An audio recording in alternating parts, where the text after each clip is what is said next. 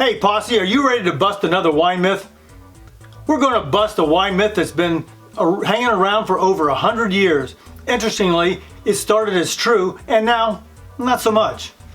Stick with me to the end and you'll see why.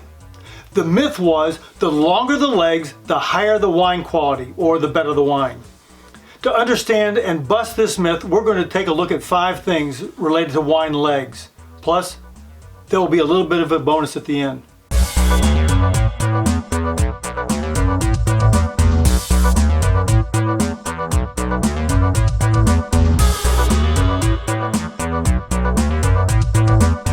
We're going to look at number 1, what are legs? 2, what causes legs? 3, what do legs tell us about the wine we're drinking? 4, how to assess your legs? And number 5, how the myth got started and why it's not true anymore. Plus, like I said, there'll be a little bit of a bonus at the end. By the time you finish this video, you'll be a wine myth buster. You'll know not only all about legs, but you'll also know why the myth started as true and why it now is merely a myth. Keep in mind, if at any time you like what you hear, click like, subscribe, and hit the little bell so you'll be notified when there's a new post. Also, make sure you share this video with your friends. I'm sure they'd appreciate it. Number 1, what are legs? You know when you swirl a glass of wine and watch the translucent path it takes back down the side of the glass? Those paths are called legs. Legs are those streaks that trickle down the side of any wine glass after you've swirled it. Here, let me show you. I'm not sure, but can you see those? Other names for legs are church windows, curtains. The French refer to these as tiers of wine. And if you're putting on airs, they're the Gibbs-Margione effect, or legs. Number 2, what causes legs? What you're seeing is a phenomenon known as surface tension. That's when the alcohol is evaporating faster than the water in the wine. The result is the liquid slides down the sides of the glass. The legs are caused by alcohol evaporation from the sides of the glass.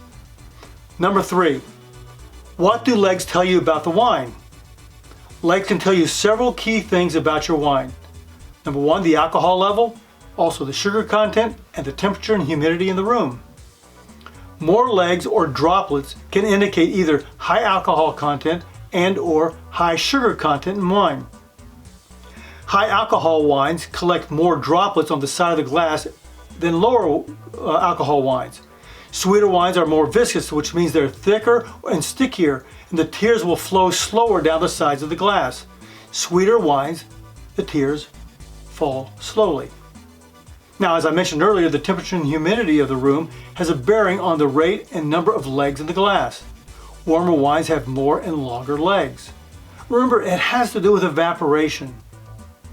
How are you doing there? Did you know any of this information about legs? If you did, write "great legs" in the comments below. Number 4, how to assess your legs. Well, the easiest way to assess your legs is just look in the mirror. But when it comes to wine legs, here's what you need to do. Before swirling your glass, hold the wine at an angle. Let it flow up the side of the glass. It creates a thin wine water film on the surface of the glass. Next, level the glass and check out the viscosity. Basically, you're checking out how fast or slow the wine trickles down the side of the glass. If you see a lot of legs, you can guess that the wine has a higher alcohol content. If it does, when you taste it, you can feel a warming or burning sensation in the back of your throat. Number 5, how the myth got started and why it's not true anymore. Now, back in the day, the myth got started when our understanding of farming and viticulture was basic. There were less sophisticated methods of determining how ripe a grape really was. Now, out in the vineyard, the viticulturalist and the winemaker would look at and taste grapes. If the grapes looked ripe enough and it tasted as if it had enough sugar content, they'd harvest the grapes. Winemaking was more of an art than it was a science. Winemakers back in the day were extremely competent and made beautiful wines. However, compared to today, their method of determining the ripeness of a grape was more sort of by guess and by golly. They could end up with a wine that had anywhere from 6 to 16% alcohol. Now keep in mind, most of the wines that we serve today are between 12.5 and 14.5% alcohol. So back in the day, one way to tell if a wine had more alcohol or less alcohol was by swirling the glass and checking the legs. Now generally, the more alcohol was an indication that they had a better wine. Now actually, you might want to check out my video, How to Taste Wine, the components. Alcohol is one of the key components of wine. That video will give you a better understanding of the importance alcohol has in the flavor and body of the wine you're drinking. I'm sure it'll be a great benefit to you. Okay, back to our leg myth. Today we have sophisticated tools and implements such as refractometers to measure the exact Brix or sugar content of a grape. Now I have a friend who's responsible for growing grapes for one of the biggest wine producers in the world. He uses satellite imaging to determine if grapes are ready to harvest. They do that by the acre, all the way down to each row. Grapes are now harvested at precisely the right time so that the full fruit flavor and alcohol level are virtually the same every single time. Based on the winemaker's prerogative, they can be precise and make wines with 11% alcohol, 12.5, 14.5, virtually any alcohol percentage they want, they can produce. They can pretty much hit the alcohol within 1/4 to 0.5% of what they want. Plus, for the consumer, for us, it's written right here on the bottle.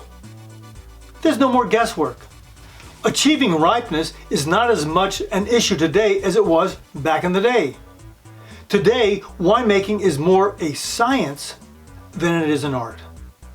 Back in the day, they'd swirl the wine and check the legs. The more and longer the legs told them they had a good wine. The reason for the myth was because even with the same producer, you were never sure what you were going to get. 6 or 16% alcohol. A good wine or a mediocre wine, it was a crapshoot.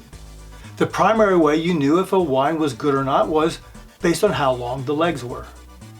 You gotta remember, there weren't a whole lot of wine drinkers back in the day like there are today. Wine drinkers across the world got to know that a particular producer was more consistent than other producers. To check out the quality of a particular vintage of that good producer, they check out the legs. Today the myth doesn't hold up like it did before. There's such consistency in growing and harvesting grapes and producing great wines, there's no more guesswork. Well, there you have it. We just busted the myth. The longer the legs, the better the wine. Well, almost. Hang in there for the quick bonus at the end. But first, thanks so much for investing the time to watch this video. If you got something out of it, let me know in the comments below. Also, hit subscribe and the little bell to be notified when I post new videos every Tuesday. And share this video if it was helpful to you. I'd really appreciate that. All right, are you ready for the bonus? We're going to field test legs. If you want to check out legs or the tier theory, grab 3 wine glasses. One 1/4 full with water, one 1/4 full with beer, and one 1/4 full with red wine, around 14.5% alcohol. Swirl each glass one at a time. You'll notice that with water, the drops fall down immediately. There's no alcohol in the glass. When you do this, also do it with beer. Beer will slide down pretty quickly. There's 6% alcohol. This one's about 6.5 or 6, I think it's 6.9% alcohol on this one. The red wine will tear. It will slide down more slowly.